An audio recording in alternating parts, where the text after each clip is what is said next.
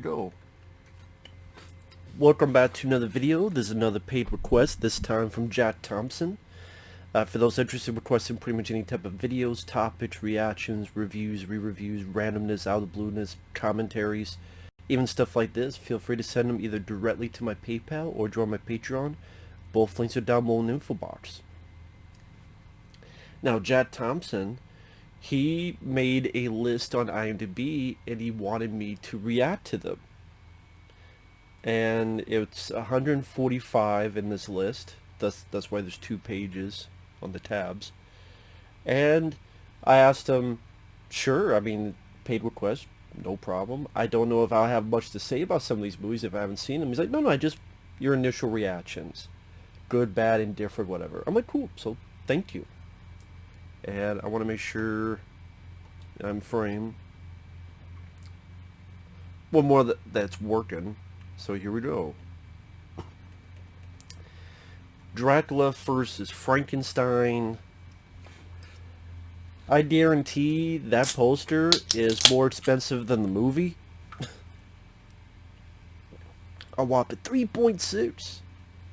And this is actually reminiscent. I used to do this thing called the IMDB files, where I picked a random year.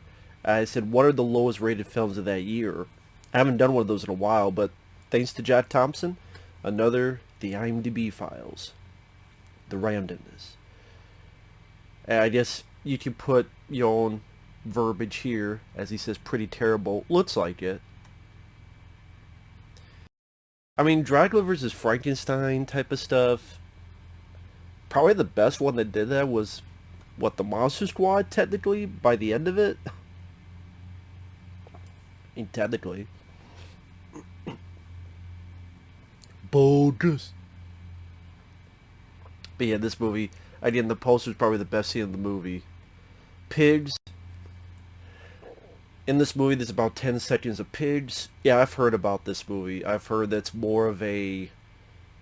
I don't know if I want to say a drama, but more of a disturbed woman stays from a mental hospital where she was committed for killing her abusive father, who...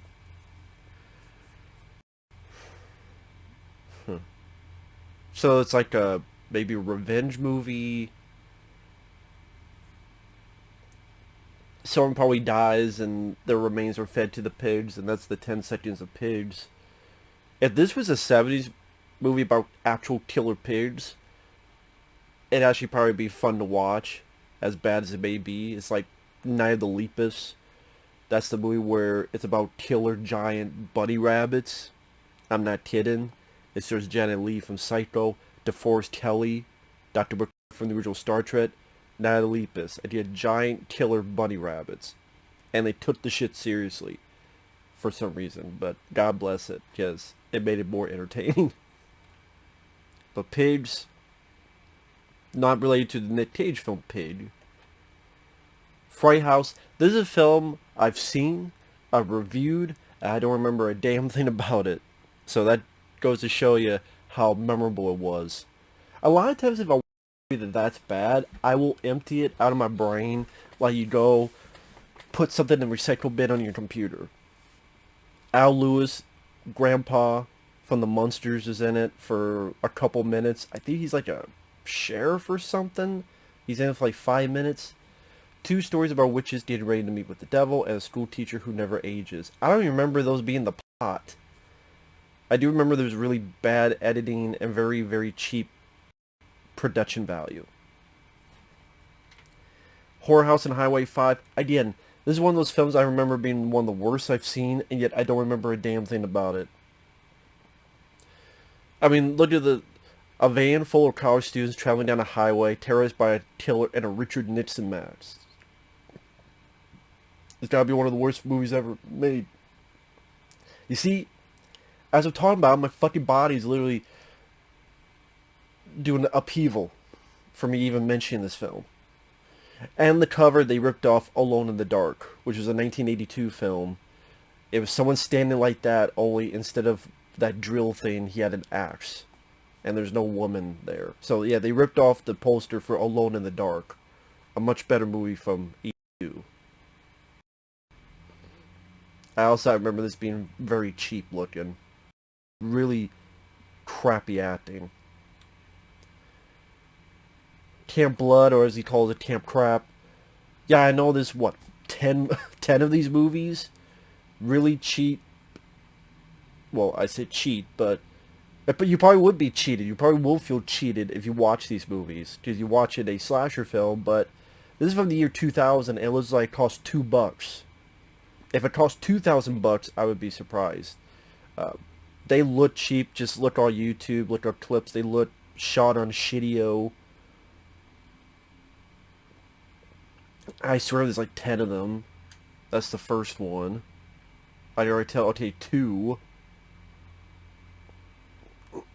Smarmy opportunist filmmaker convinces traumatized soul survivor to work as a technical advisor on a film he's making about the horrific events. No, just don't work as a fucking technical advisor. Within the Woods? Oh, I guess Camp Blood 3? Is the clown back, or one of the groups willing to kill for the prize? What prize? The prize to stay the fuck away from these movies? And Within the Woods, that was the title of the original setup that Sam Raimi and Bruce Campbell then made before they did Evil Dead. Wasn't it called Within the Woods? Or was it called a different title? Within the Woods? What, they try to be spiffy now? We don't want to call it Camp Blood 3, we'll call it Within the Woods. Because we're trying to be spiffy, I guess. Yeah, there's 4. There's like an alien in the back. A bunch of college friends stop at the Camp Blood on their way to a rock concert. But there is someone lurking in the woods nearby, ready to arrange one hell of a night for unfortunate campers. So the first 3 films, 2000... What, 2000 as well? Yeah, 2000, 2000, and 2005. And then nothing until 2016 with a different director. And there's a 5th one. The only survivor of a previous massacre returns to the forest to avenge her fallen friends, stop the killer once and for all. Same director, same star. This is part 6. Returns from hell to search for fresh victims. Betsy goes looking for a missing brother who joined a satanic clown cult. These are all like 2016, the same fucking year. 8. There's a fucking 8. Yes, there was a 7 up here. Unless they skipped from 6 to 8. Might as well. Maybe they did. When a team of volleyball players get lost in the woods, they encounter a clown and his psychotic mother. So now he has a psycho mother. It's not enough there's a clown going after volleyball players. He's got a crazy mom too. In 2021, they're doing a 9th movie. Wait a minute. No, it isn't. Oh, this is Jason Voorhees. Okay. So there are 8 movies. I have a feeling John Thompson thought this was another Camp Blood, because it's called Camp Blood, but you look at the poster, it's Jason Voorhees. You can change the name, you can destroy the camp, but these will always be Jason's Woods. Is this a fan film? The Fall of Camp Blood. There's been quite a few Jason Voorhees fan films. Never Hike Alone, which I still like the first one, despite my run-in with the director on the second film, because I reviewed their second fan film, and I thought it sucked. Yes, it's cool, Jason's in the snow, barely shit happens. I think all that wait was for nothing. It was a lame fucking fan film, and I was being honest, and I was being nice about it. And then the guy got fucking mad. And the only reason I watched it, because it was a paid request. They were probably upset with it too. So that's why I'm kind of leery on watching any more fan films of Friday the 13th, because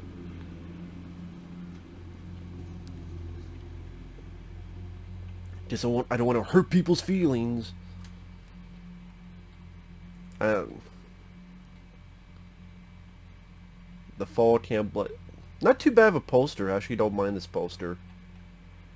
Jason mask, blood dripping down. It looks like he's drooling though. I don't know about this. It looks like he's drooling. The mask doesn't look bad. That mask looks, I mean, the way it fits the face looks better than Freddy vs. Jason. That's fucking sad. Just from this picture alone, the way that fits the mask, it actually does fit the mask. Freddy vs. Jason, it looks like it just spread out and just looks fucking weird. One man force, as he says, it's a lot of crazy fun. I don't know if it's a lot of crazy fun, but I remember not minding the film. John Mutuzet. John Mutuzet was a football player, and he played Sloth in The Goonies under all the makeup. Sadly, I think he's no longer with us. I think in Canada he was on a football, no, not a wrestling sitcom thing. I think it was like a Canadian sitcom where he was a wrestler. Because I think Jim Cornette talked about it. But yeah, one man force. I mean, the plot is typical.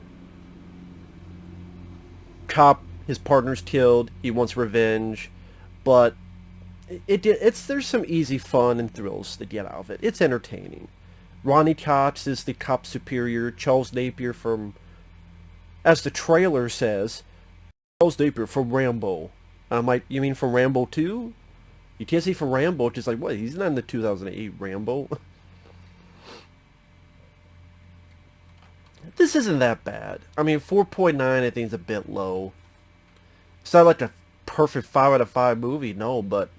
Or a 4 out of 5 movie. It's at least a 3, maybe a 3.5 out of 5. It's fun for what it is. Yeah, I want to do this so that...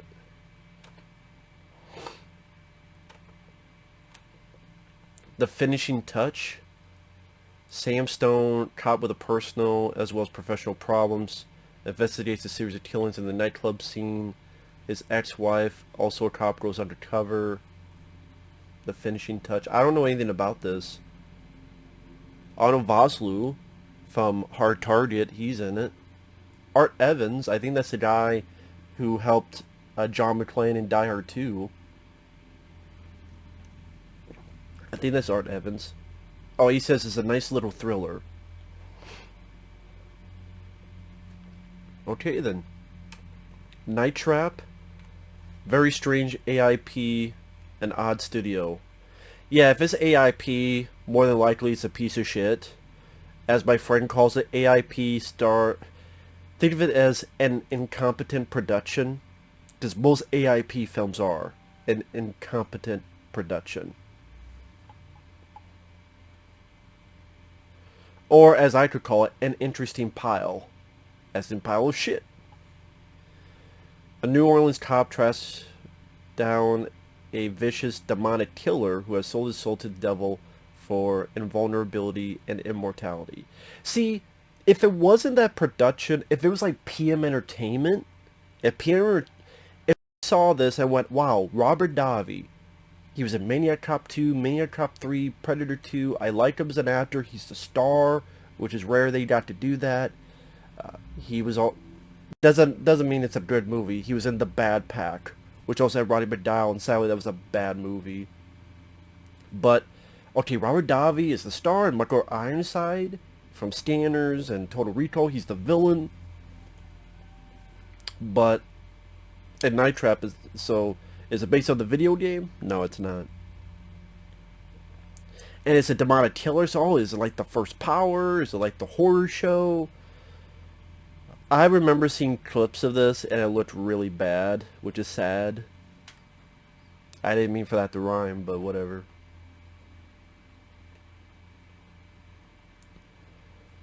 Center of the web, as he calls it, pretty boring. An actor, John Phillips, is wrongly taken as a professional killer by a band planning to murder the governor. By a band? Then he is hired by the security department to try to unmask and to catch the leaders. What do you mean by a band? Like a rock band? Center of the web. So Robert Davi's the star of it. Bo Hopkins.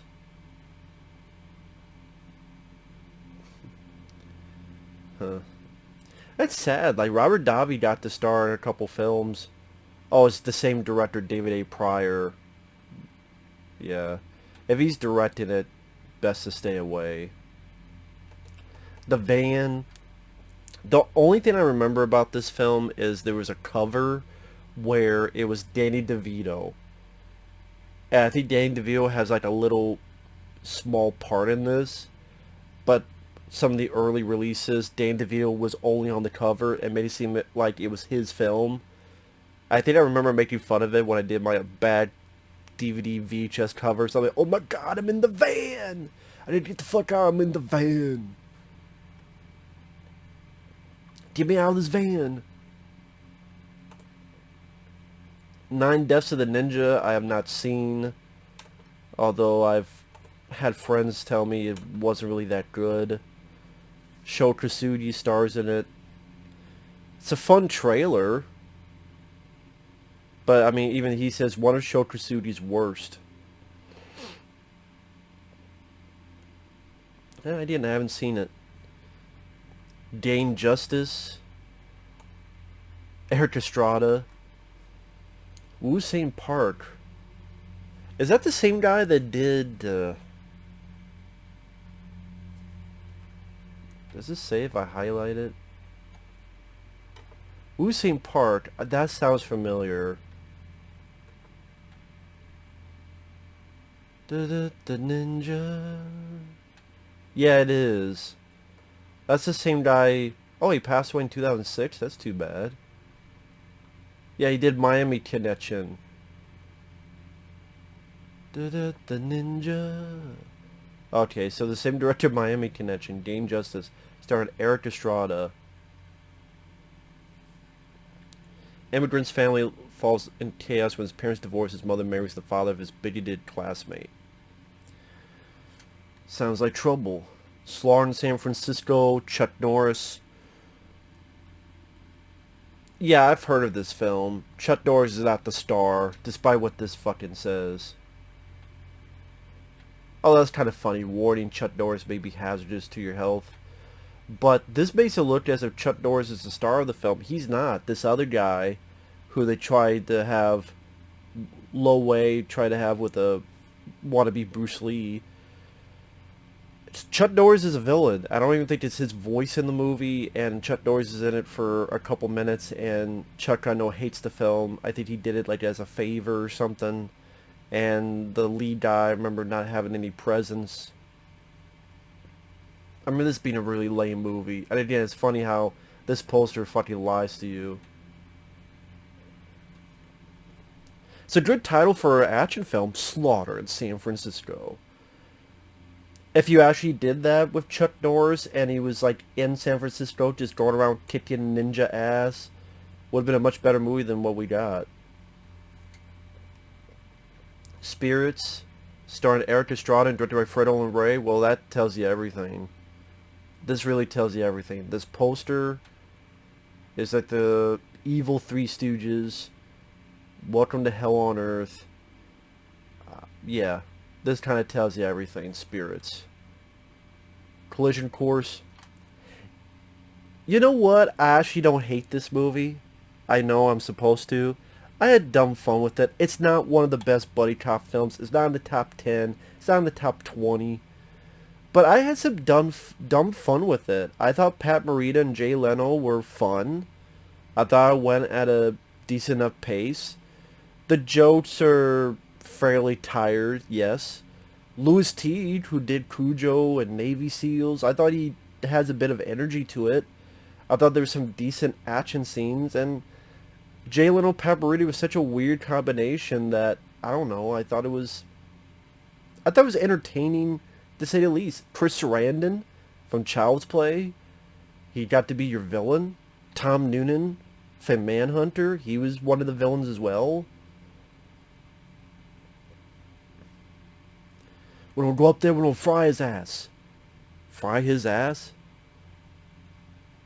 That's a harsh penalty for spitting on the sidewalk. Well, you're in America, pal.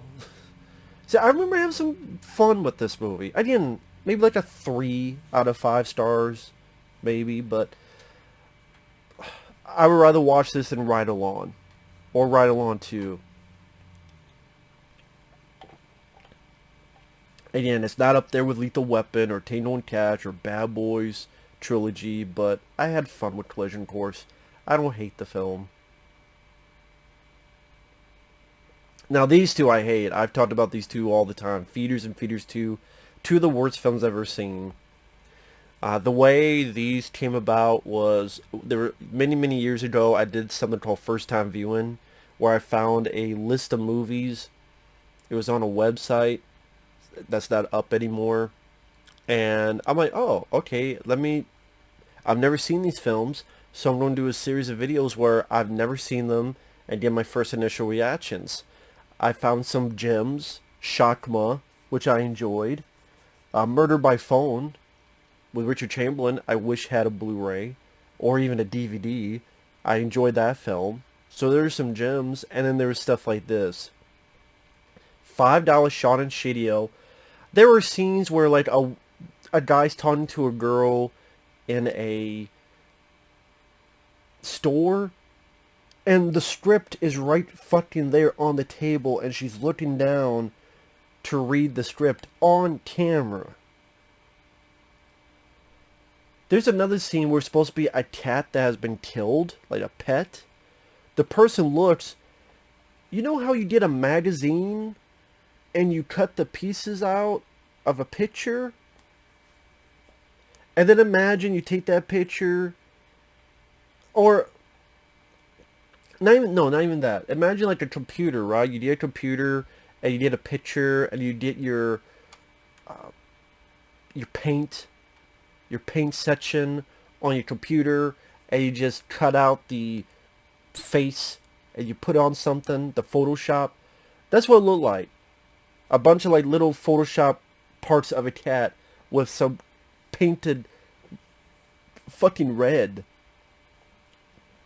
I'm like, that is just one of the most pathetic fucking things I've ever seen in my life. 2.5, 2.4. There you go. Two of the worst fucking films I've ever seen. And the fact that they made two of them is ridiculous. Star Crystal.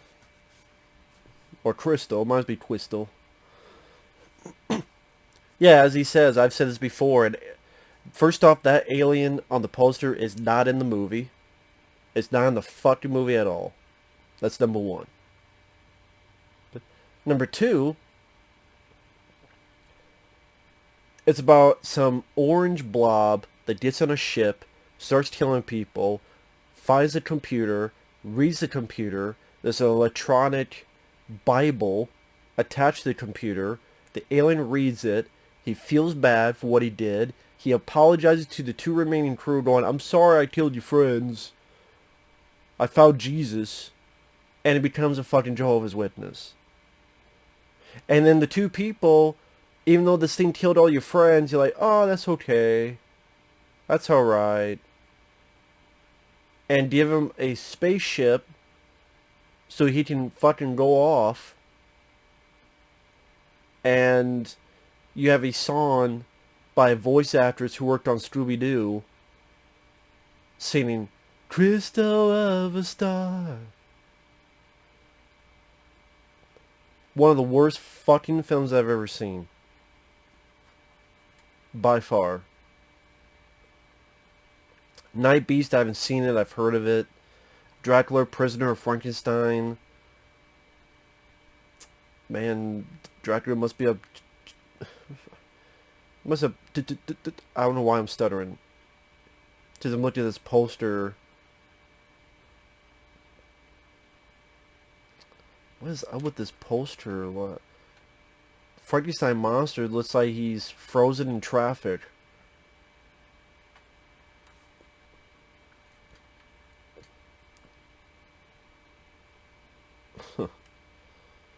Yeah. Spookies. Absolute unfinished mess. Yeah, that's true. I have seen this film. I'm not a fan of this film. I know there's a Blu-ray. I wanted to get the Blu-ray because I'm very curious about the making of, the documentary, but that I thought I can't see myself spending 40, 50 bucks for a film I don't like just to see the documentary. I couldn't. I couldn't, and I didn't do it. And there was one movie being made, and things were going wrong, and then years went by, then they finished it, but they changed stuff. Again, I would love to see the making of this. But it's like, I can't bring myself to pay that much money for the documentary. I can't. So, if anyone has it, and if you film it on a webcam, send me the link. I'll download it, give it a watch. Oh, it'll be crappy quality. I don't care. But yeah, this is a movie that has some really good makeup effects, but this showcases just because you have good makeup effects does that make it a good movie. Because of all the unfinished bullshit, the story doesn't make a lot of lick of sense. You tell it has no direction. It's going over here, then over here. This person arrives, and where the hell did that go? What was the point of that? What the fuck's up with that ending? And then there's even farting monsters. There's monsters that anytime they move, they have the sound of farts. Again, good makeup effects, that's it. Which is sadly a waste of those effects. Those effects deserve to be in a better movie. Wang Yu Tina Boxers. When the Japanese massacre the people of his Vision village, the Chinese hero of this kung fu epic heads to Japan seeking vengeance. Jimmy Wayne Yu, that guy, there's videos on YouTube describing a very interesting story about this guy. He was also, I forget, it was the one-armed swordsman, one-armed boxer, I forget what the name. It was a series of films he became popular for. And he was able to work deals so that people did him favors, like Jackie Chan did films for him, favors. And then he would be in The Man from Hong Kong, which is a good movie. The Man from Hong Kong is a good film, but everyone tells about how Jimmy Wayne Yu was a piece of shit. He was a racist piece of shit. He didn't want to kiss white women because he didn't like white women. And see, people go, oh, white people can only be racist. No, Jimmy Wayne Yu is racist against white people, especially white women. He doesn't like white women. Doesn't want to kiss them. At one point, he put like a fly or something in his mouth when he's kissing the girl, even though she did nothing wrong to him. So, as a human being, he's a piece of shit. As a star, he wasn't too bad in The Man from Hong Kong. So this, I don't know. I don't know what to say about this film. Poster seems like he wants to be Bruce Lee. Streaming Ninja fighter travels to Japan to find the man who slaughtered his village. That sounds like the same fucking movie as this. That's like the same Japanese master the people of a village. He heads for revenge. Fighter travels to Japan to find the man who slaughtered his village. This is the same fucking plot. One's 72, one's 87. The same fucking plot. Ninja Vengeance. After he witnesses the death of a black law student, Chris, an American ninja, decides to clean Little Redneck Town from the Ku Klux Klan. This movie is ninjas versus the KKK. Well, I don't know if I buy this guy as a ninja. If it was actually ninjas, you know what? You want to see that film? Go watch Best of the Best 3. You don't even need to watch this film. Go watch Best of the Best 3 with Philip Ree. Which I think Philip Ree directed as well as starred. It's actually a pretty decent film. Like, the only Best of the Best film I didn't really care for was the fourth film. In my opinion, I think the second film's the best. I really like the third one.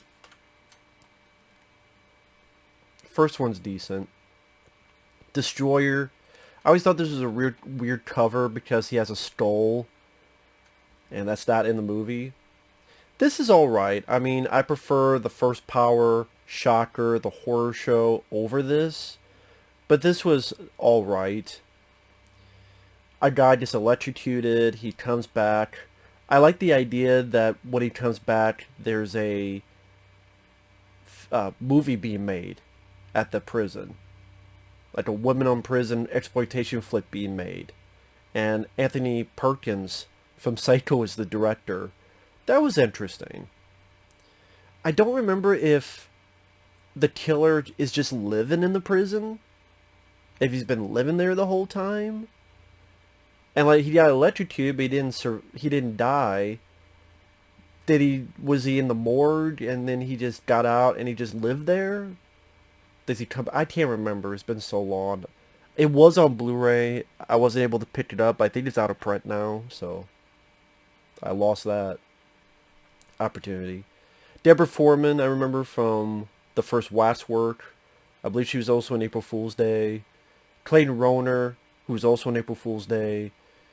He was on this TV show, short-lived, that was called Good vs. Evil, G vs. E. Clayton Rohner, I remember the acting, enjoying the acting. Clayton Rohner, sadly, his character doesn't get to do much except his ass kicked at the end, which was disappointing. I'm like, I wanted him to do more. Lau Alzado is your villain. I think he's another football player. I remember the beginning when he's ready to get executed. He's watching, I think, Wheel of Fortune. He's like, give me a B. Give me a B. I don't know why that sticks out. Destroyer was like an okay film. Again, I do think Shocker, The First Power, even The Horror Show with Lance Henriksen and Brian James did this concept better. But there's fun to be had if you have low expectations. Shakedown, I remember liking. Again, I wouldn't say it's my favorite Peter Weller or even my favorite Sam Elliott film. If you watch the trailer, you've seen the entire movie, though. That is one of those movies that... It's not the movie's fault, but the marketing... If you watch the trailer, it's a good trailer, because you got Jimi Hendrix music in the trailer. But if you watch the trailer, you've seen the entire film. You've seen all the action bits. You've seen the ending with the airplane blowing up. The airplane blown up at the end, that is the end of the movie. Again, there's some decent action. More than decent. There's some really good action. Like, really good stunt work. The roller coaster bit. Some nice car chases. I remember the plot not being as focused as it could have. Peter Weller and Sam Elliott are kind of doing their own separate movies. And it takes a while for them to get together. And even then, it doesn't seem like they're together that much for what I remember. But I still remember liking the film. It's just not a favorite. Like Peter Weller, I like Leviathan more. I like 50-50 more. RoboCop 1 and 2 more. But I remember this not being a bad film. It's definitely one of James Glickenhaus's better movies. Might even be his best movie now that I think about it.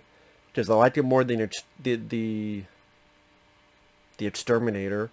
I like it more than the Jackie Chan film he did. Can't remember all the movies he's done. It might be. I know that had a Blu-ray that I haven't picked up. Sticks, I haven't seen. Peter Weller, Brian Brown from FX and FX2. It had a good premise but fell flat, he said. Oh, that's too bad. So pretty much Peter Weller is the Safecracker who's going to retire.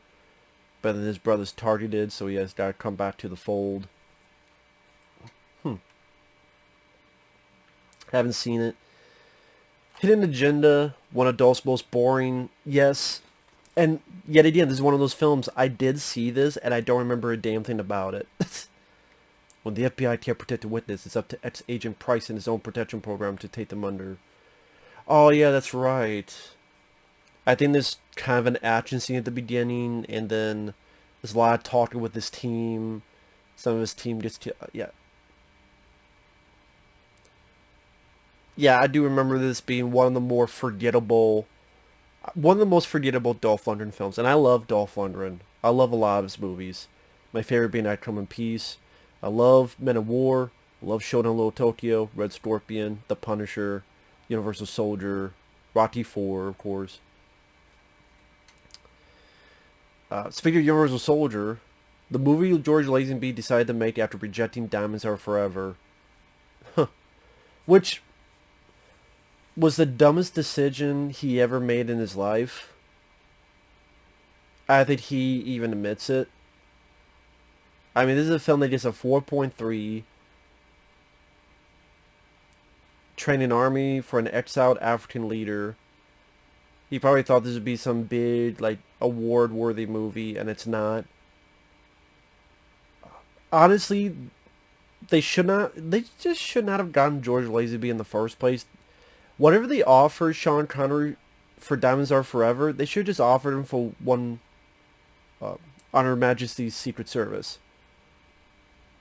Because, okay, what's the reason Sean Connery did Diamonds Are Forever? Whatever it is. Wait, wasn't Diamonds Are Forever before? Or was it after On Her Majesty's Secret Service? Maybe not. I can't remember the timeline. But yeah. And I liked On Her Majesty's Secret Service. George Lazenby, I'm not really big on his James Bond, so technically I think it was for the better because I think Roger Moore, who eventually did it, was the better James Bond. In fact, I wish it was Roger Moore or Sean Connery in Her Majesty's Secret Service. I think it would make that film even better. Fullmetal Ninja. Yeah, Gravery. Gravery is a director that a lot of times he would get like 2 films. They either not finished or finished but not released, and he would merge these 2 films together. He did that a lot. I know Brad Jones, Cinema Snob. That's when he used to review films like that. Sadly, with Cinema Snob, I like Brad Jones quite a bit, but with the films he reviews, it's always like very well-known films. Like Candyman. And it's like, okay, that probably helps get him more views, but I miss when he would do these really weird, like, what the hell, that movie? Like, I missed when he did that. Like The Refrigerator. Or Nudist Colony of the Dead. But, you know, I still like him. He's still entertaining on YouTube. But yeah, I didn't see Did I see Fullmetal Ninja? Oh yeah, that's Pierre Kirby. Yeah, so this is one of that he reviewed because he had a Pierre Kirby. That's like Cinema Stomp right would do like a Pierre Kirby week. Like, who the hell's Pierre Kirby? And that made it like, okay, let's fascinated to see what this is about.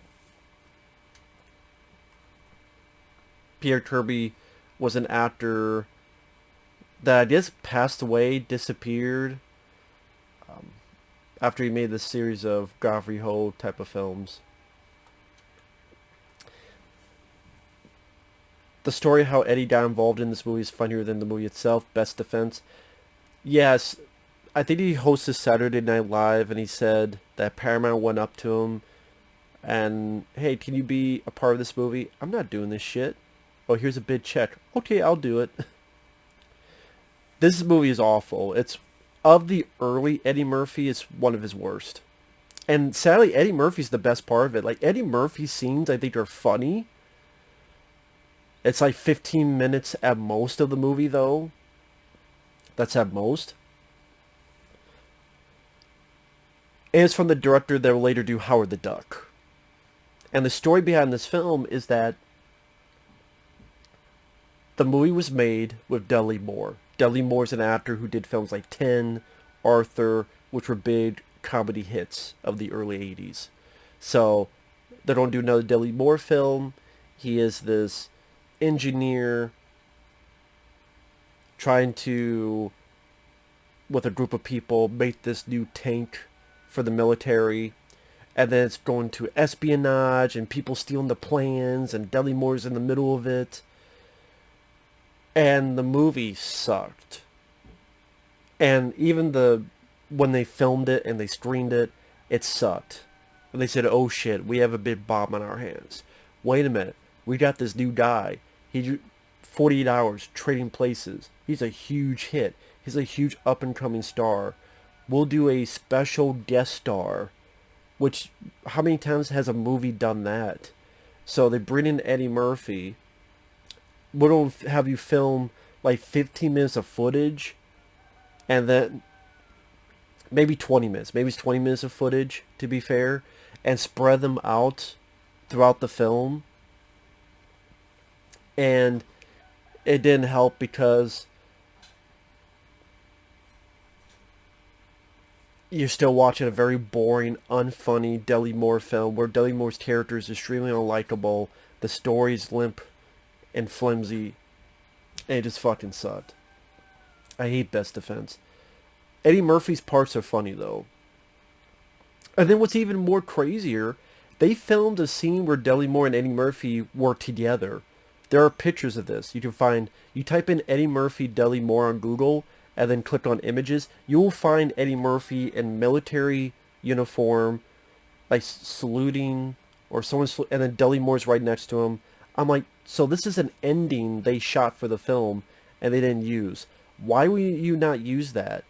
You pay all this money for Eddie Murphy to be a guest star, but then you don't use footage that he's in, and he's in it with Dudley Moore to make it feel as if this is the same movie?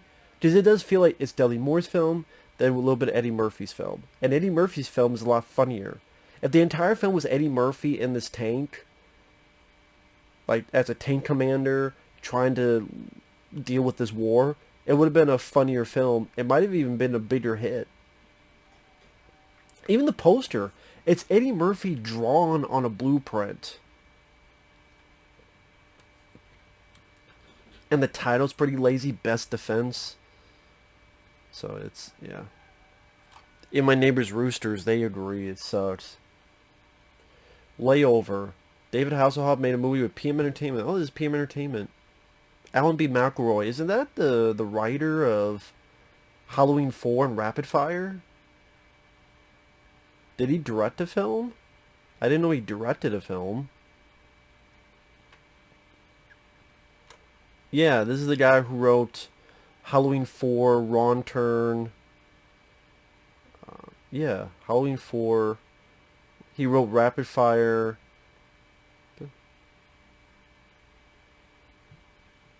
Oh, he worked on the TV show Spawn? I didn't know that. Oh no, is it because he wrote the movie Spawn? Maybe that's why. Yeah, but then he wrote The Marine, Condemned 2, the reboot of Wrong Turn, which wasn't that good. Star Trek Discovery, oh shit.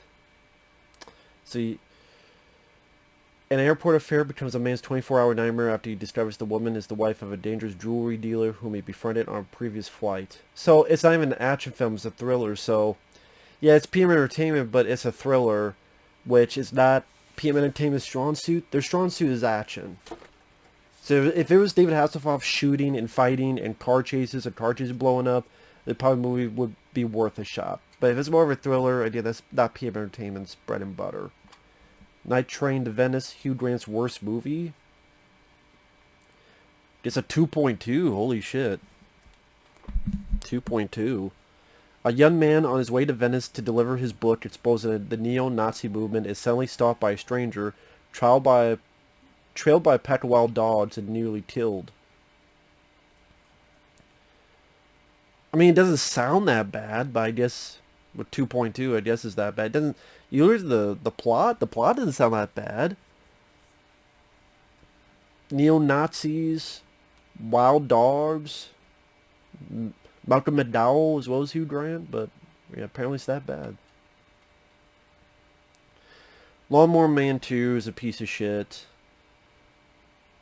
Matt Frewer takes over for Jeff Fahey. Awful special effects. It's funny, they have Jeff Fahey's character on the bottom of this poster, but he's not in the movie. This is, I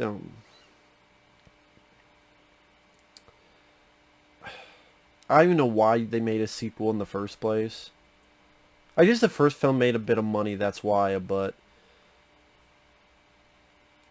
Lawnmower Man 2 didn't even feel like a horror film. Like, it was like a sci-fi movie with a lot of effects that weren't good for the time, let alone nowadays. And the cast didn't interest me either. I like Matt Frewer, but not for this. You want to see Matt Frewer? Go watch the Take You to Beverly Hills with Ken Wall. Tunnel, the final PM Entertainment film. Oh, this is the final one? Starring and directed by Daniel Baldwin. Huh. Daniel Baldwin directed this. That's the Baldwin that was in John Carpenter's Vampires. Oh, that was the final one in 2002? Air runs out in a maze of abandoned mine tunnels while they're searching for $200 million in stolen diamonds.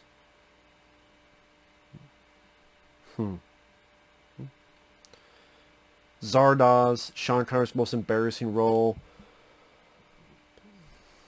Is this his most embarrassing role? There was the Avengers where he wore like a Care Bear suit.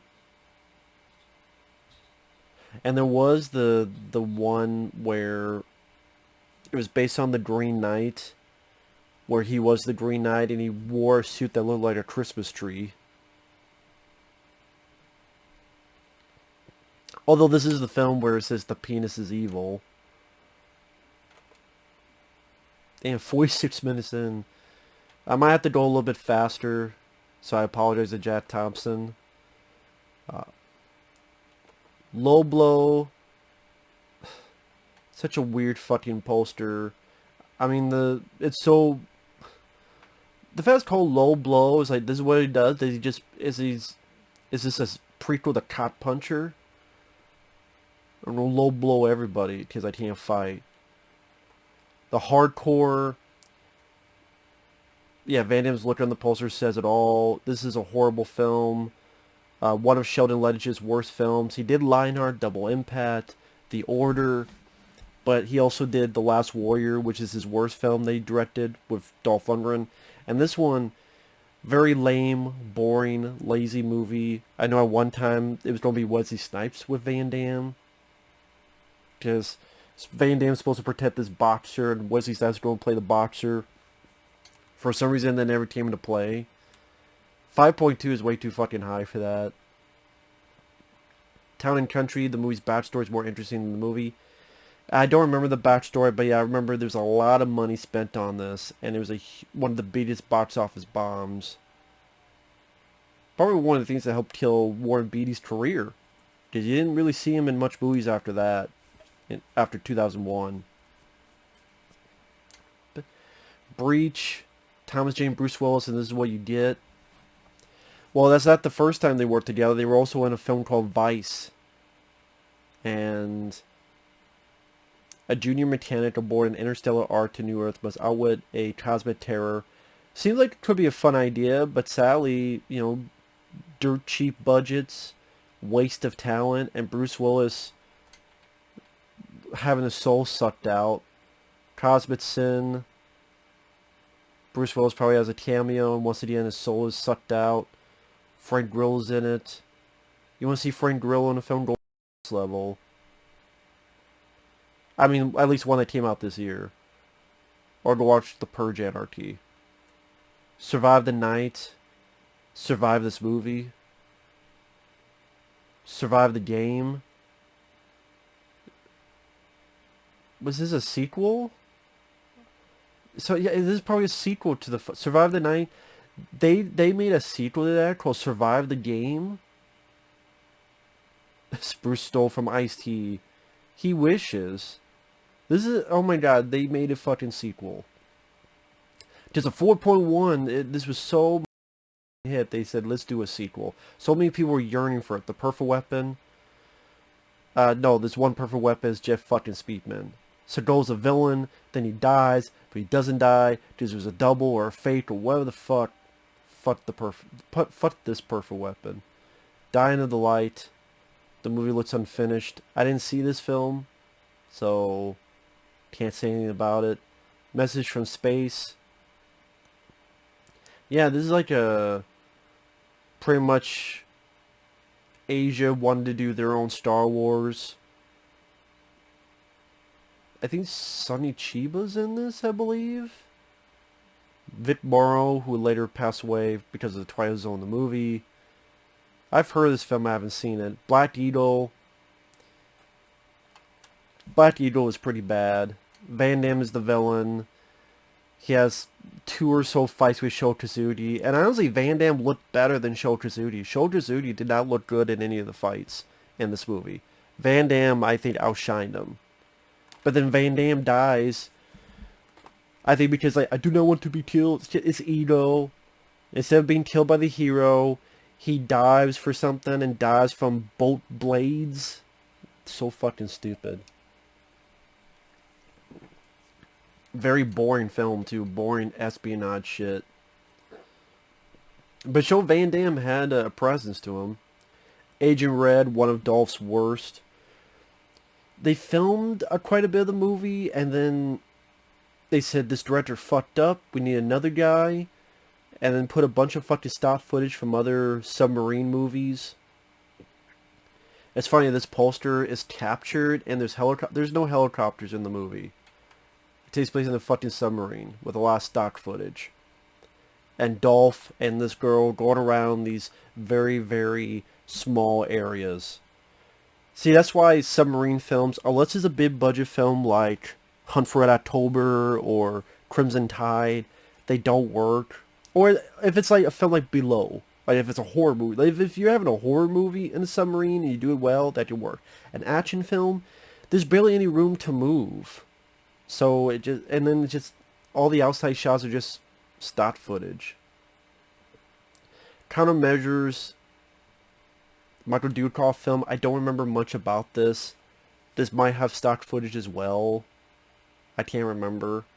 It's been a while since I've seen that. Fred Olen Ray, there's one film he fucking did worth a shit, and that was Deep Space with Charles Napier. That's the only fucking film he did worth a shit.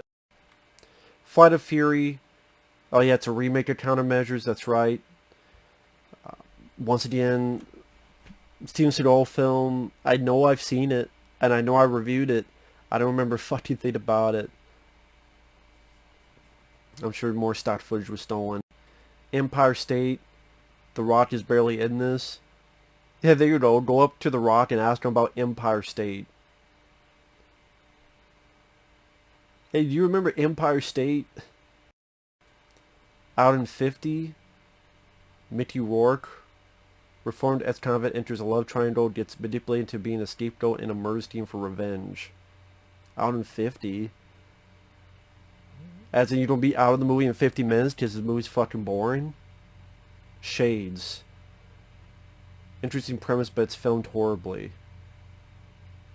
I mean, I'll take your word for it. A Frank film within a film. With a crappy looking mustache or whatever the hell's on his lip. What is that on his lip? Looks like a fucking alien lip. Just throw some shade on the movie. The Legion.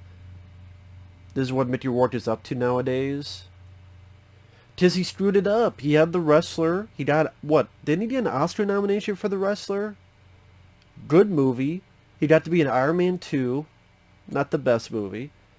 But then he squandered opportunities by being difficult, having this ego. He was good in Expendables. He didn't come back for the sequels. Not that that would have helped, but just squandered his opportunities. Yet again. Take Back. 2 people are living the perfect small life. Oh, this is Michael Jai White's wife, Gillian White. And then Michael Jai White are living the perfect small town life with a mysterious stranger from her past kidnaps their daughter, and now they must race to save her life. So this is the... Yeah, this is... Michael Jai White and Gillian White, that's husband and wife. And then Mickey Rourke, I'm guessing, is the villain. So good, gets a 3.4. Probably because I'm guessing Michael Jai White's wife can't act. Just guess. Java Heat. Just a stupid title. What, you want some coffee? It's about Killer Coffee? Did the coffee come alive and wants revenge for the people who drank his cousins? Also made of coffee? Java Heat. 119 is about a penis? Is it about a killer penis? About a person that shoot people in the penis? No, it's William Baldwin. Billy Baldwin. Some crime drama. Dead Lenny? One of the worst mafia comedies ever made. I mean, if so, that's a waste of talent, because you got, looks like, Armand Asante, Nicole Edyard, Stephen Bauer, John Hurd. Sacrifice.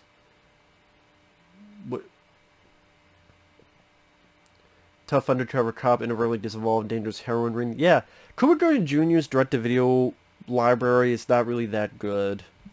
It's not worth your time. Like, even the one he did with Dolph, One in the Chamber, it wasn't the worst film I've seen.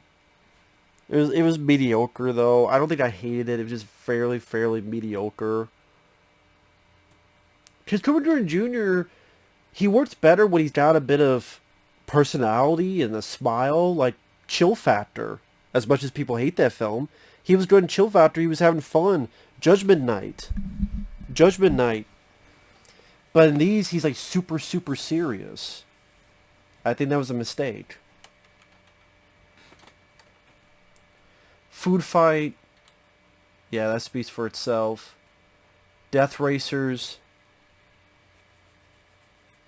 A Death Race knockoff with Shaggy 2 Dope and Violent J. Violent J, what? Violent Jackoff? Yeah, I don't want any Violent Jackoff around me. So. Inside Out. Oh, with Triple H, Nipple H. I'm not a fan of Nipple H. So him in starring in movies, I'll avoid like the plague. Caught in the Crossfire. Any movie with 50 cents... Okay, any movie with 50 cents sucks. There might be a 1% chance is decent. But okay, Caught in the Crossfire, 4.4. Probably sucks. Freelancers. Wasted Robert De Niro. Probably sucks. Streets of Blood. Probably sucks.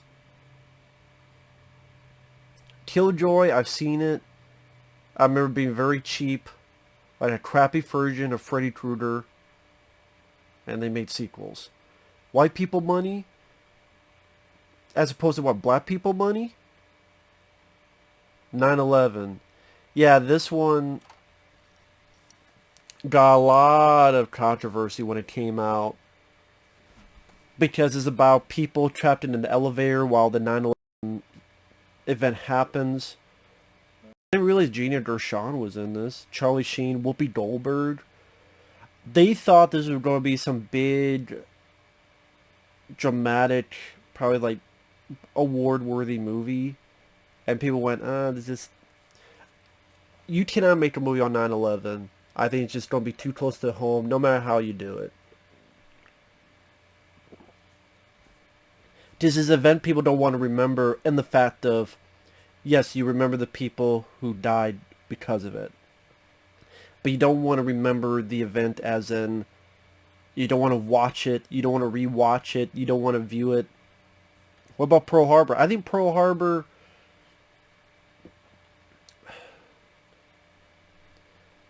I hate to say it,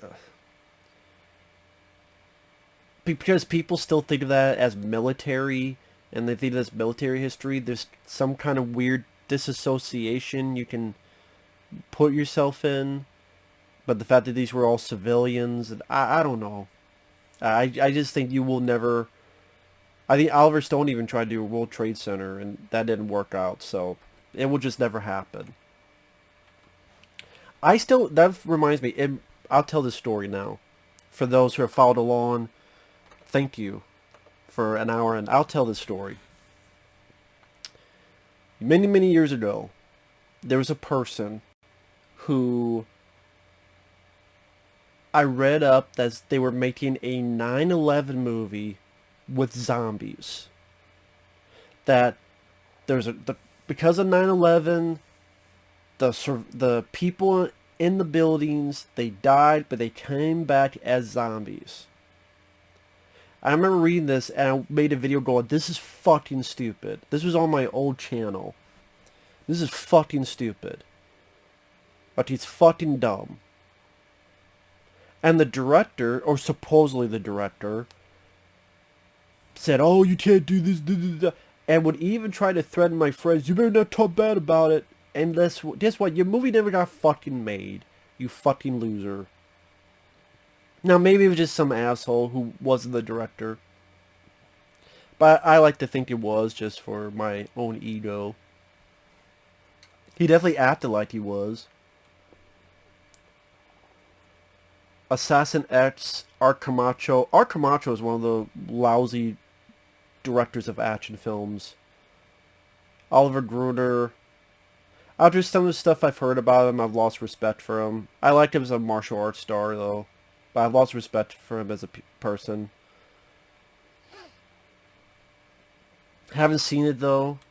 Detour, Jeff Fahey, Michael Madsen, Gary Busey. Interesting cast. The fact it's directed by Joey Travolta? That says a lot. Delta Force 3. Very lousy sequel to the first two. And Sam Firstenberg, the director of American Ninja 1 and 2, directed it. That's very disappointing. And that was the movies like, we got the brothers, we got Eric Douglas, we got Mike Norris, we got Matthew Penn, we got Nick Cassavetes.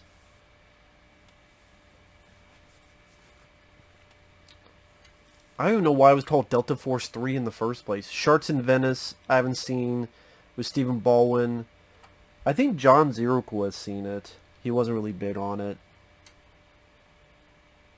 I think I may be wrong on that. The Immortal Wars, Cheap Avengers, haven't seen it. Top Gunner. Some 1.7 movie with Eric Roberts. Yeah, like a crappy version of Top Gun from 2020. So this was made because they thought Top Gun Maverick was coming out. And so let's try to make a cheap rip-off of it. Top Gunner. Alien Seed, Eric Estrada. Yeah, that says a lot. The Terror. No Place to Hide, Rebel. This is a horrible fucking film where barely anything fucking happens. And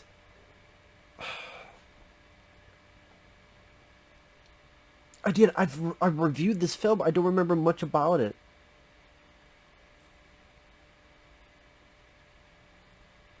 I know something to do with a car bomb, and the love of his life gets killed by it at the end, but it's filmed very goofy. I can't remember.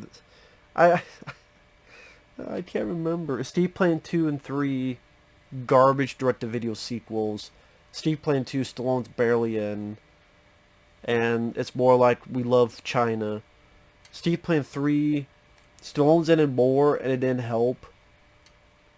Well, it's better than Part 2, and I like Devon Sawa as the villain, because I like him as an actor, but it's still, Dirty D's done dirt cheap, and once again, 50 cents in them, and if 50 cents in a movie, you know it's going to suck. 99% of the time. And I reviewed these. They were on the channel for those who want more context. Same with Bat Trace, more like Backwash. Stallone is a small supporting role. Sadly, Matthew Modine could not carry the film. Very boring, tired plot. End of a Gun. One of those Steven Seagal films that come in one year and out the other. Again, I've reviewed this if you want to hear more of my thoughts. I mean, the title itself, End of a Gun, tells you what you need to know. Kidnapped to Romania, one of the most boring movies ever made. Michael Madsen's barely in it. I'll take his word for it. Alien Uprising. This is one of the worst films Van Damme has ever been a part of. I have reviewed this film on the channel. Trash in filmmaking. Van Damme only did it because his daughter got to be one of the stars of the film. So they're like, hey, Van Damme, can you do a cameo where he's in it for 5 minutes and then he gets vaporized by a spaceship?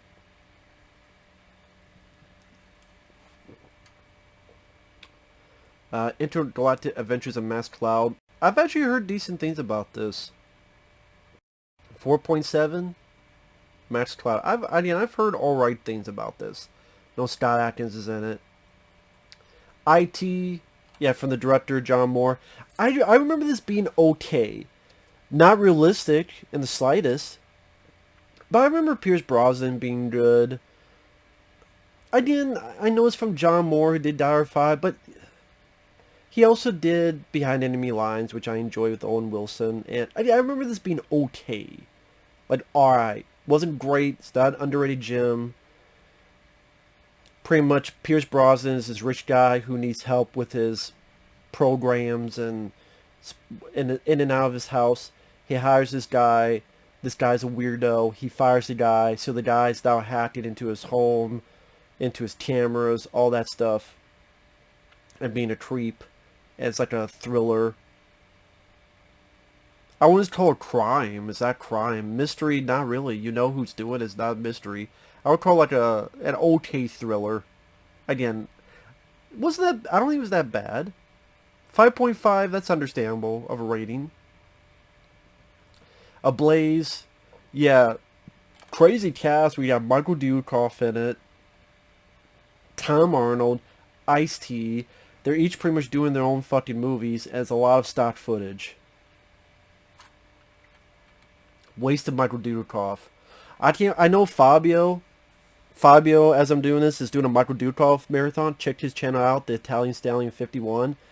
Good luck with Ablaze, man. When you get to Ablaze, good luck with that. Same with Gale Force. Good luck with Gale Force. I mean, Treat Williams, Tim Thomerson, but yeah, I remember, yeah, there's footage stolen from Last Action Hero. That's right. Because they dressed Treat Williams up in the Jack Slater outfit in order to... Remember the action scene, Last Action Hero? Was it the car chase? I think it was the car chase. And if you see the car chase, you can see the little kid in it. So it's like, well, who the fuck is that little kid? Then when it cuts to close to Treat Williams, there's no one there. Because it's the little kid from Last Action Hero. Because they stole the footage from it. But yeah, it's a reality game. They go to an island. Bad guys are there. One of the bad guys is Michael Dudikoff. Which they didn't even put his name on the poster. But Black Thunder... I don't remember much about it. Sadly, a lot of the later Michael Dudikoff films, I don't remember much about them. TNT, I didn't care for this one. Oliver Gruner, I liked Nemesis, I liked Angel Town, I liked Automatic, I liked Savat. Interceptor Force, as cheap as they are, there's a little bit of a dumb fun with Oliver Gruner fighting the alien, even though it looks like shit. But there's like kind of a goofy fun quality to them. Other than that, they're pretty shit. Pretty shitty movies. The Foreigner. That's... You could say that's the beginning of the end for Steven Seagal. Half Past Dead wasn't good. I don't like Half Past Dead. Sadly, just because at least it had a budget, it's better than most of his direct-to-video work, and that's saying a lot. When he did The Foreigner, that's the beginning of the end. Because it's complicated. He's in the FBI, the CIA, the KFC, the DGA, the DEG, and bad action scenes, bad fight doubles.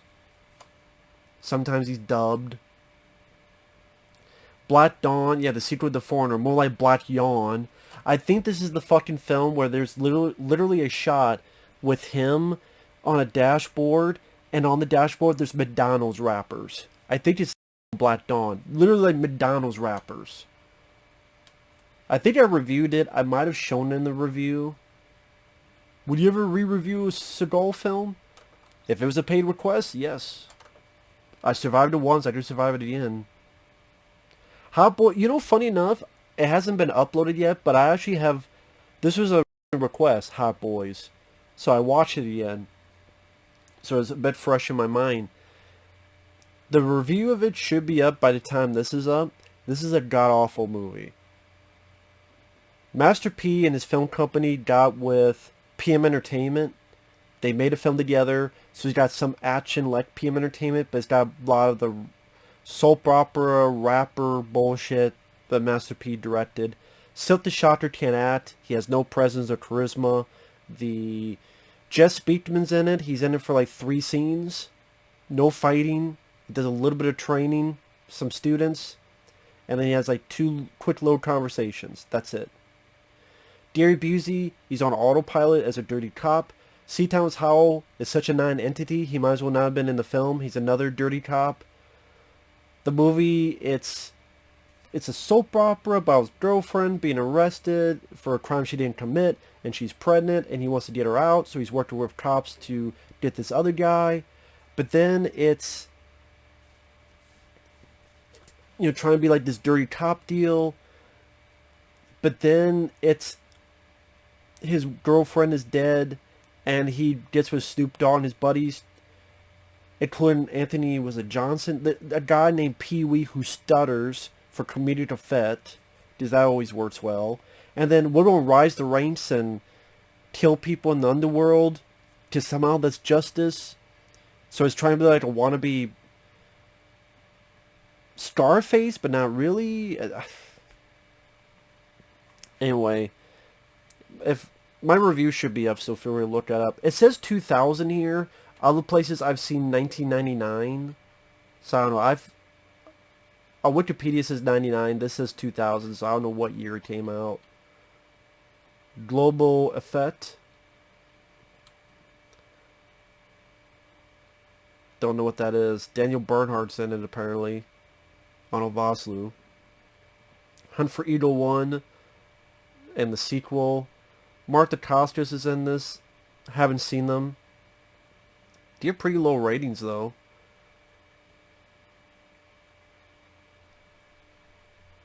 And the cover is the same.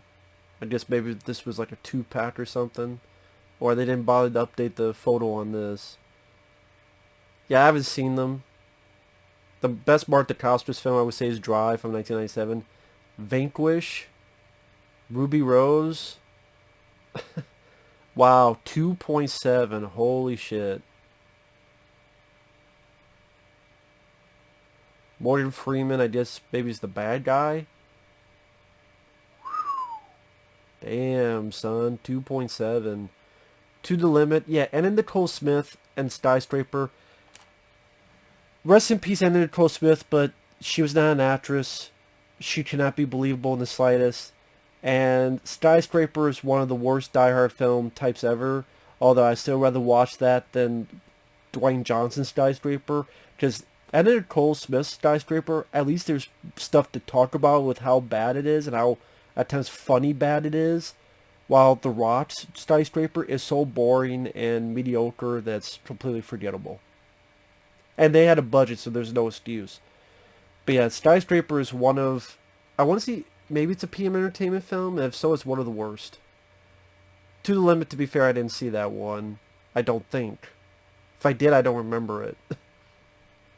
Executive Target. Yeah, this one isn't too bad. He says, I actually like this one a lot. Michael Madsen drives a fast car. Roy Scheider, who's the president, he's with him. This movie is Car Crash the movie. There are so many car crashes.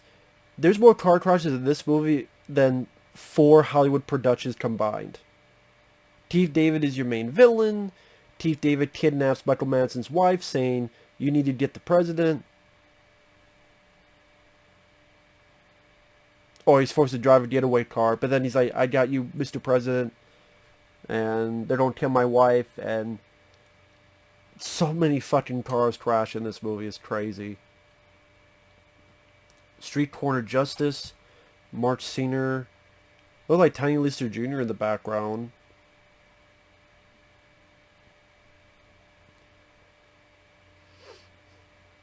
Mark Senior, I've never seen this film, Street Corner Justice. So I can't say anything about it, never saw it. Daily Prey, Probably the most famous film David A. Pryor was a part of. One of those famous so bad it's funny movies. Like a really crappy version of Rambo or First Blood. But you could probably get some you could get some laughs out of it, to be fair. I think David A. Pryor has passed away, so, rest in peace. Cyber Cheat, Burt Ward from Batman is in this. I can't say anything about it, I haven't seen it. Orange for Action, Joe Estevez. Fuck that. Anything with Joe Estevez in it, you stay away from. Order of the Eagle, Frank Stallone. And anything Frank Stallone is acting in a starring role, you stay away from. He's a better singer than actor. Prime Target, David Heavener. Yeah, David Heavener really tried to make himself an action star. It did not work out. Body Count, Stephen Bauer, Brigitte Nielsen. Is that supposed to be Sonny Chiba? Yes, Sonny Chiba. A cold-blooded assassin is out for revenge against an elite corps of special crimes agents headed by Eddie Cook and Vinny Rizzo. Cold-blooded hitman escapes from prison. So is Sonny Chiba and Brigitte Nielsen versus Robert Davi and Stephen Bauer? That actually might be a fun movie. A bad movie, but that might be a fun film. Codename The Silencer, aka Body Count. Huh. That might be a fun watch, even if... Well, you know what? Anytime I say that, it becomes disappointing, so... It does have an interesting cast. I think Jan Michael Vincent, it says, is in this too. Yeah, I agree. Interesting cast. Virtual Combat, extremely lame. Yeah. Don the Dreaded Wilson, I've given some shit in the past. He's not that awful. It's just, he's not like a favorite of mine. His fight scenes do come off as a bit slow in his choreography, compared to even like Van Damme or early Steven Seagal or Jeff Speakman, Dolph Lundgren. Just something about his fight scenes seem a bit too stagey and slow. So he's not like the most fun to watch for on-screen combat. I'm sure he's a good martial artist in real life. I'm saying for the movies. The way he does it for the movies. But there's been some I liked. Cybertracker 1 and 2, for example. Running Red, Jeff Speakman. Yeah, this is, I think he worked with PM Entertainment 3 times. 1 for that little cameo in Hot Boys. 2, Land of the Free, which is actually a fun one. And this one, the whole bit where they steal the scene from Red Heat just really put me off on the movie. Unless PM Entertainment, when you're stealing scenes from other movies like that, it just really puts me off in the movie. And I don't know, is this PM Entertainment? I could be wrong. I gotta look it up real quick. I know this is a long video, folks, but think about it. If there's 145, even if I'm there for a minute, with 145 tiles, you guys do the math.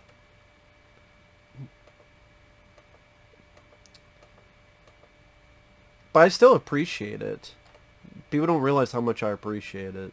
I truly do. Yeah, it's PM Entertainment. Maybe that's the film I need to rewatch again. I don't know. That bus scene just bothered the fuck out of me. I'm like, this is Red Heat. What a ripoff. I'll just go watch Red Heat. Expect No Mercy. Very boring virtual reality movie. Yeah, they really tried to do a lot of these virtual reality films at this time. That's when virtual reality was big. Like, what year was this? Yeah, 95. That was a time of, like, Virtuosity and Lawnmower Man came out before that. People thought VR was the next big thing for the future. It wasn't. It really wasn't, but people thought it was. And so all these other movies started to inject them into their films. This one with Thibaut creator himself, Billy Blanks. Sci-Fighter, 2.8. Don Wilson, Cynthia Rothrock, Lorenzo Lamas. Computer virus invaded a VR fighting game, leaving a rebellious teen trapped within. The boy's father must enter the tainted program. I think I've seen a trailer to this and it looked dirt cheap. Absolutely dirt cheap. Oh yeah, some of the Bruceploitation films. Bruce Lee fights back from the grave. This never happens. This title is a lie. A kung fu expert travels to America to take out a gang of mysterious villains responsible for the murder of his best friend. Does that plot detail anything about Bruce Lee fights back from the grave? No.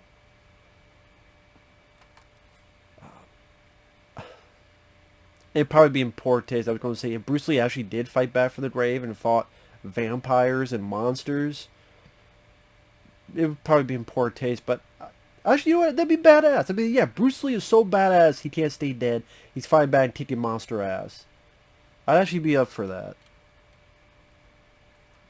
The Dragon Lives Again. That's an interesting film because Bruce Lee dies, and in the I guess they say hell, but he fights like Dracula. He teams up with Popeye. He fights a guy who's supposed to be James Bond. He fights a guy who's supposed to be the man with no name. That's a weird ass fucking film. I do wish the fight scenes were better, but that's an interesting movie to watch. It was entertaining, but there's a lot of stuff you're like, what the fuck? It's a what the fuck watch. Rumble in Hong Kong. It is not to be confused with Rumble in the Bronx. Jackie Chan's barely in this. That figures. Snafu.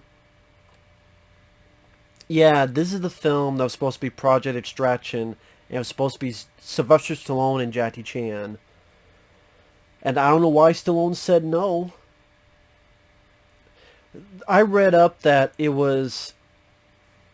This is what I read up on. This movie has been in pre-production and production for years. For years. And that originally, it got filmed quite a while ago. And it was supposed to be filmed at first around the time Creed 2 was being made, as Stallone could not do it because he was filming Creed 2. So yeah, Creed 2 is the reason, folks. He was filming Creed 2, so because of the schedule of filming Creed 2, nope, we're not going to have Stallone and Jackie Chan, we're just going to hire John Cena. So then, and they made the film. Jackie Chan and John Cena made the film. So, number one, fuck you Creed 2 for that as well. Number one, because you're a shitty movie. Number two, you're just a shitty version of Rocky 4. Number three, because you suck. Number four, because Creed sucks. He's a fucking uptight, pretentious, crybaby asshole. You're a disservice to Apollo Creed's name. And also, the movie sucks. And also, you made it so that Stallone could not do a film with Jackie Chan.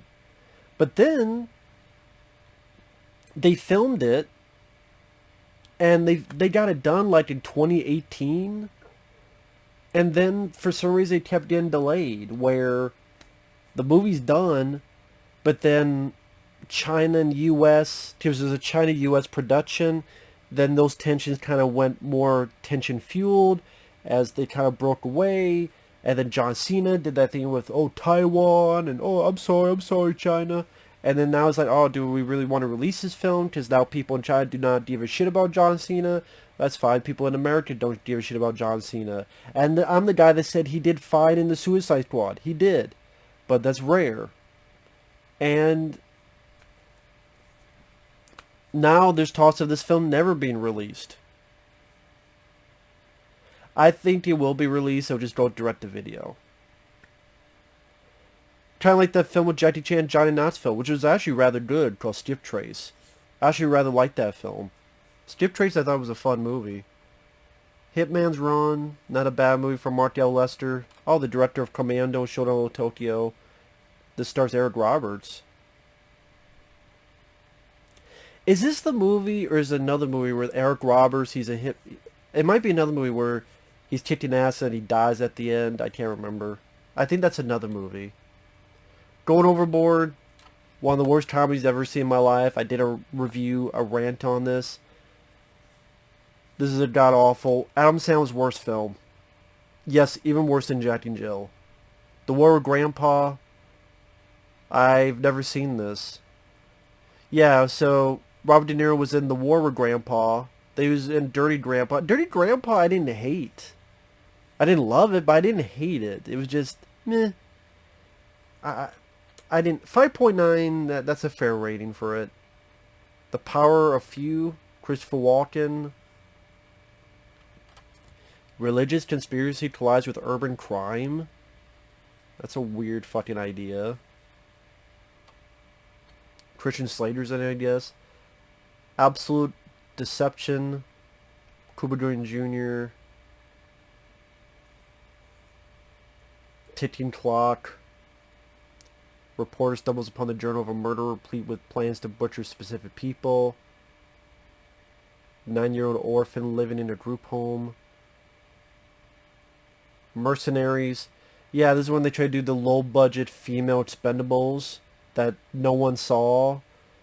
And if they saw, 3.7. Zoe Bell.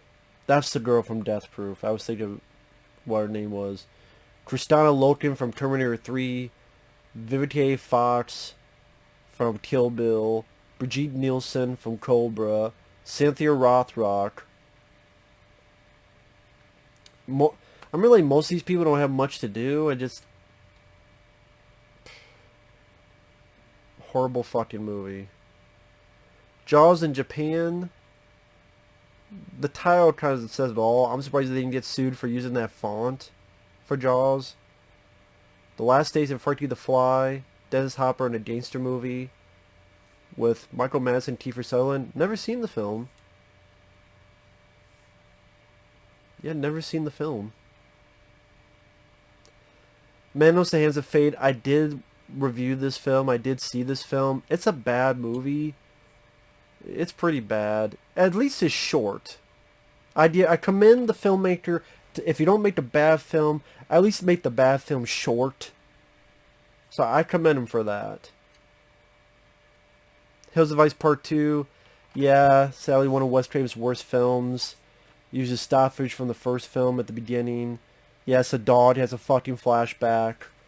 And there's a girl who's psychic for some reason. She's blind and she's psychic. And Ruby, the character from the first film, comes back. And then she does nothing. And then she dies in the most lame way. She falls softly on a rock. She was knocked out, but she's dead. I'm like, wow, that's fucking lame. And somehow Michael Berryman's alive, even though he was clearly dead in the first movie. So yeah, it's an awful sequel. Exorcist 2, yeah, it's a pretty bad film. And again, if you watch the trailer, you've seen the entire movie. They show the entire movie in the trailer. I will admit that score in the trailer, which is in the movie, is kind of catchy the more I listen to it. I think it's more the music than the na na na na na na na na na na. Like the actual music portion, I think is actually pretty good. But yeah, this movie is fucking laughable. It's a laughable movie. Psycho 4, meh. You know, it shows the prequel mixed in with Anthony Perkins thinking he's going to kill again. I guess technically it's a happy ending for Norman Bates because he overcomes his murderous desires. He burns the place up. This woman still loves him, and he goes off, I guess, happily ever after. So, and there's no more Psycho films, so there you go. Henry Thomas, I thought, did a pretty decent job as the young Norman Bates.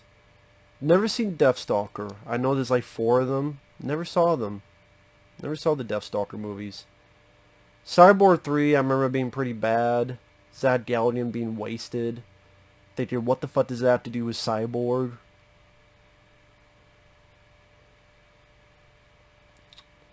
I guess it's really more a sequel to Cyborg 2.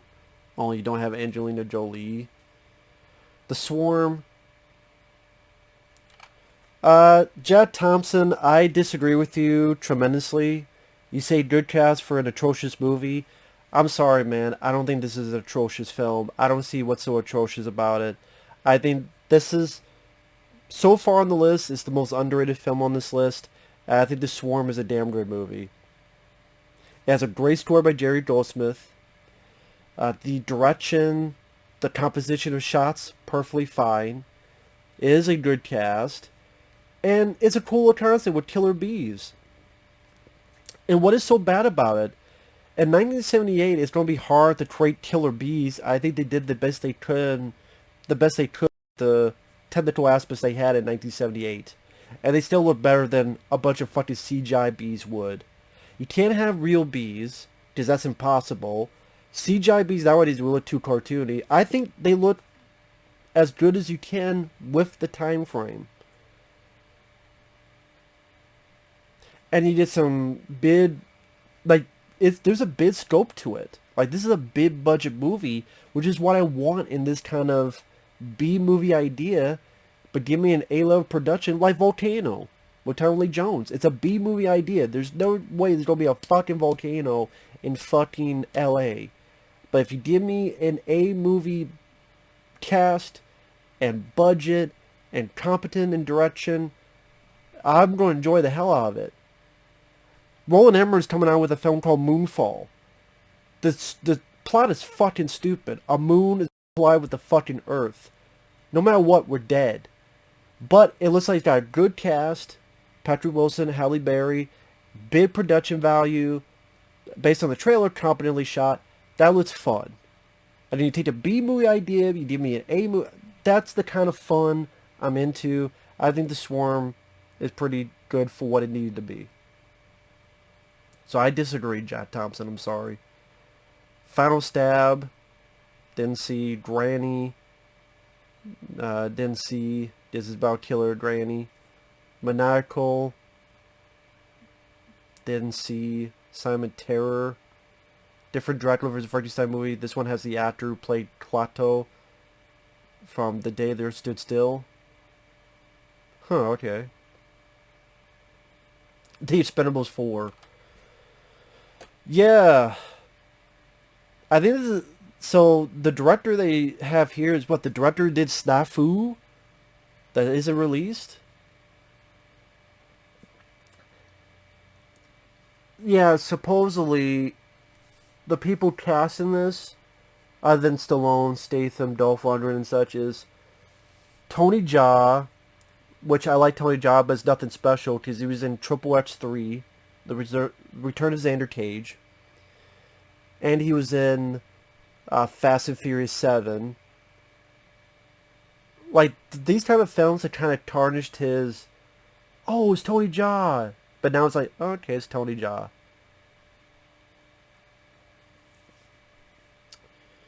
Megan Fox, just from what I understand, Megan Fox worked with Stallone's daughter in a movie. So it's like, hey, get Megan Fox. And 50 Cent. Just, hey, I worked with him as Deep Plan 2 and 3, and originally we wanted him for Terry Crews, but people said no, but hey, we'll get him back this time. 50 Cent and Megan Fox.